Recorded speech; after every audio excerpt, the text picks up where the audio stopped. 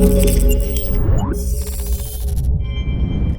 what's going on guys? Arekkz here, welcome back to another Destiny 2 video. And in this video, I want to take a look at another one of the brand new exotic items added in the Curse of Osiris DLC. This time it's a weapon, an exotic hand cannon called the Crimson.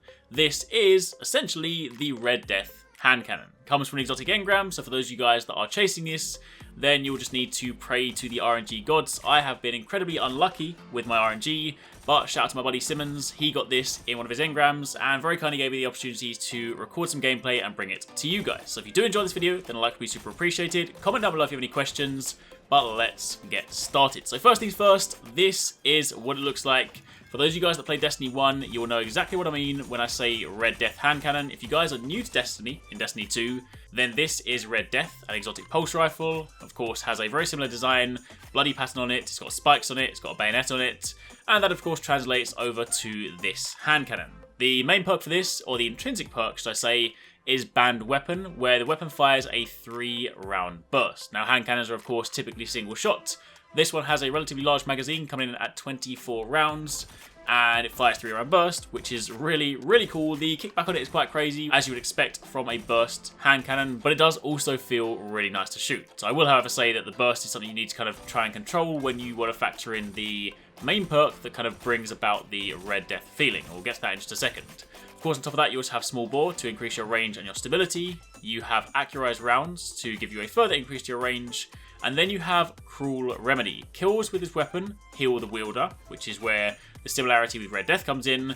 But on top of that, precision kills also refill the magazine. And that's where I said that you'll need to try and control the burst, because of course the kickback on that, trying to land precision kills, can be a little bit tricky, but once you get used to it, it's really not too bad. So basically, if you lose health and you get a kill, doesn't matter where it is, doesn't need to be a precision kill, it can just be a kill in general, then you will recover a portion of your health, which is really quite handy, especially if you're under fire, if you're in situations. I mean, if you look back to Destiny 1, there were a few select encounters where this was typically used. The first time we were ever presented with a situation where, say, we didn't regain our health, say in the Dark Below raid, then that was an example of where people would lean onto that weapon. But looking into Destiny 2, just in general, if you are in encounters, if you're in raids and you're being pressured by enemies and you're taking some fire, I mean, maybe, say, the New Leviathan raid when you're fighting Callus, in that boss room where you're kind of getting slaughtered by enemies, and sometimes when Callus is summoning his spirit bomb, so to speak, then examples like that are places where you can really benefit from health regen. But just in general, killing enemies will see you restore some of your health, as you can see in this gameplay. But on top of that,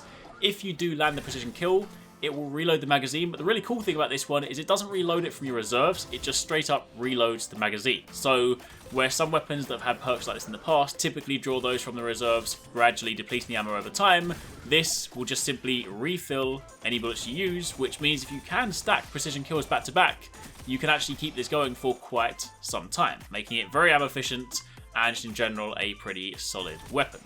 Of course, on top of that, you also have the final perk, which is Heavy Grip. This gives you an increase to stability and a decrease to your handling speed. So, those are the perks all up. I'll give you guys a chance to look at the lore of the weapon if you guys want to see it. And of course, put some gameplay in the background just so you guys can take a look at that as well. All up, do bear in mind I've already had a chance to test this in PvE so far, but it is really interesting. You know, I was a big fan of Red Death in Destiny 1 anyway, partly because it was a cool weapon, it looked cool, and it also had some rather interesting utility. But this time around, Destiny 2, the Crimson, as I mentioned at the beginning, it just feels really nice to use. I haven't been the biggest fan of hand cannons in Destiny 2, to be completely honest. Admittedly, weapons are largely personal, everyone's got their kind of favourite types. I used to use hand cannons a lot more in Destiny 1, probably less so in Destiny 2, but the 3-round burst just does feel really fun to use. So, definitely a cool weapon to check out. If you guys get a chance to get it from an engram, I would say do give it the time of day. It could prove pretty useful in some situations. For those of you guys that want to take a look at the ornaments, don't forget there are of course ornaments for weapons and gear now as well. Then the ornament for this one is called Silver Bullet. Not the biggest fan of this one, it's quite over the top. It's cool, definitely, but I do quite like the sort of skull and crossbones look of the traditional Crimson look of it, so I think I'll probably lean more towards that one, but either way, this is an option. So, that's pretty much it. That was a very quick look at the Crimson hand cannon, a new exotic in Curse of Osiris. Comes from an exotic engram, so if you guys want to get it, then just pray that you are lucky.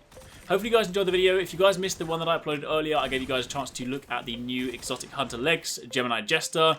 They're also pretty cool, so I'll link that down below if you guys haven't seen it. And of course, keep it locked for much more Curse of Osiris content. Thanks for watching, take it easy, catch you next time, peace out.